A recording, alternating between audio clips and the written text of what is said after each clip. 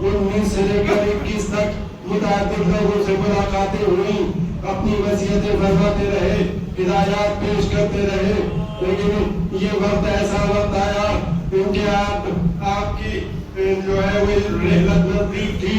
ایک مرتبہ آپ نے تمام اعزاء و اقارب کو اپنے نزدیک بلایا، سب سے وصیتیں کی۔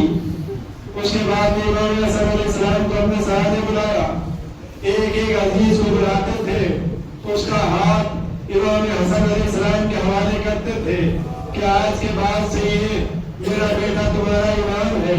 سارے اعزاء و اقارب کا ہاتھ امام حسن کے ہاتھ میں دیتے تھے، گویا امام حسن کی بیعت ہو رہی تھی۔ لیکن اسی درمیان میں جناب ام کلثوم نے دیکھا کہ گوشے سے رونے کی آواز آ رہی۔ جناب ام کلثوم آگے بڑھتی ہے، دیکھا بھائی عباس ہے گریہ کر رہے، نزدیک پڑھتی ہے، بھیا ابھی تو بابا حیات ہے، گریہ کا کیا سبب ہے؟ کہا بہن آپ نے نہیں دیکھا کہ بابا مجھے بھول گئے، میرے لیے کوئی وصیت نہیں کی، سارے عزیزوں کو امام حسن کے حوالے کیا، لیکن میرے سلسلے میں کوئی وصیت نہیں کی، مجھے کسی کے حوالے نہیں کیا۔ ان میں کلثوم دوڑتی ہوئی بابا کے پاس آئی، اے بابا عباس گریہ کر رہے ہو، کیا آپ شاید ان کو بھول گئے؟ کہا نہیں، ارے میں عباس کو بھولا نہیں ہوں، عباس کو بلاؤ۔ عباس کو بلایا، پھر امام حسن کو کنارے کر کے امام حسین کو بلایا، عباس کا ہاتھ امام حسین کے حوالے کیا، اے بیٹا عباس، میں نے تمہیں کربلا کے لیے پیدا کیا ہے، میں نے کربلا کے لیے تمہاری تربیت کی ہے، دیکھو حسین کا ساتھ نہ چھوڑنا، یہ تمہارا آقا ہے۔ بس امام حسین کے حوالے جیسے ہی عباس جناب عباس ہوئے، آپ کے چہرے پر ایک مسرت آئی، لیکن یہ کہنے کے بعد مولا کائنات اس دنیا سے رخصت ہو گئے، مولا آپ کا امام اس دنیا سے رخصت ہو گیا، غسل کفن دیا گیا، والیہ کی صدائیں بلند ہونے لگی، دفن کے لیے لے جایا جانے لگا، آگے سے جنازہ ملائکہ نے اٹھایا، پیچھے سے حسنین مشاہد کرتے رہے، نجف تک پہنچے، قبر کھلی ہوئی ملی، کھلی ہوئی قبر ملی، حسنین نے جنازے کو قبر میں لٹانا چاہا، دو ہاتھ قبر سے بلند ہوئے، میرے بھائی کی لاش مجھے دے دو۔ مولا کائنات کو دفن کیا گیا، دفن کرنے کے بعد حسنین واپس لوٹنے لگے، ایک مرتبہ خرابے سے گریہ اڑانے کی آواز آتی سنائی دی، کرانے کی آواز آئی، مولا کائنات کی فرزند، امیر المومنین کی فرزند، یتیموں کی سرپرستی کرنے والے کے فرزند، غریبوں کی بے سہاروں کی مدد کرنے والے فرزند، جیسے ہی کسی اجنبی کے کرانے کی آواز سنی، اس خرابے کی طرف بڑھ گئے، دیکھا کہ ایک شخص ہے، کوڑ کے مرض میں مبتلا ہے اور گریہ کر رہا ہے، قریب پہنچے، دل جوئی کی، کہا بھیا اے بابا آپ کیوں گریہ کر رہے ہیں؟ کہا کہ میں کئی دن سے بھوکا اور پیاسا ہوں، مجھے نہیں معلوم، کہا کہ آپ کا کون سرپرست ہے، کون آپ کو کھانا کھلاتا ہے، کون آپ کی خدمت کرتا ہے؟ کہا مجھے نہیں معلوم، ایک شخص آتا تھا، میرے مرض زخموں کو دھوتا تھا، ان میں مرہم لگاتا تھا، مجھے کھانا کھلاتا تھا، میرے ساتھ بیٹھ کے گفتگو کرتا تھا، لیکن 3 دن ہو گئے، اس کی کوئی خیر خبر نہیں ہے۔ بس حسنین سمجھ گئے کہ وہ کوئی اور نہیں، ہمارا بابا علی مرتضیٰ تھا۔ آپ نے فرمایا اے شخص، وہ ہمارے بابا امیر المومنین تھے، وہ ہمیں دنیا میں نہیں رہے، وہ شہید کر دیے گئے۔ اس شخص نے قبر کا پتہ پوچھا، حسنین دوبارہ قبر پر لے کر آئے، اس نے اتنا گریہ کیا کیونکہ وہ اس دنیا سے بڑی رخصت ہو گیا۔ حسنین نے دوسری قبر بنائی، وہیں پر اس شخص کو بھی دفن کیا۔ اس کے بعد آپ گھر پر آئے،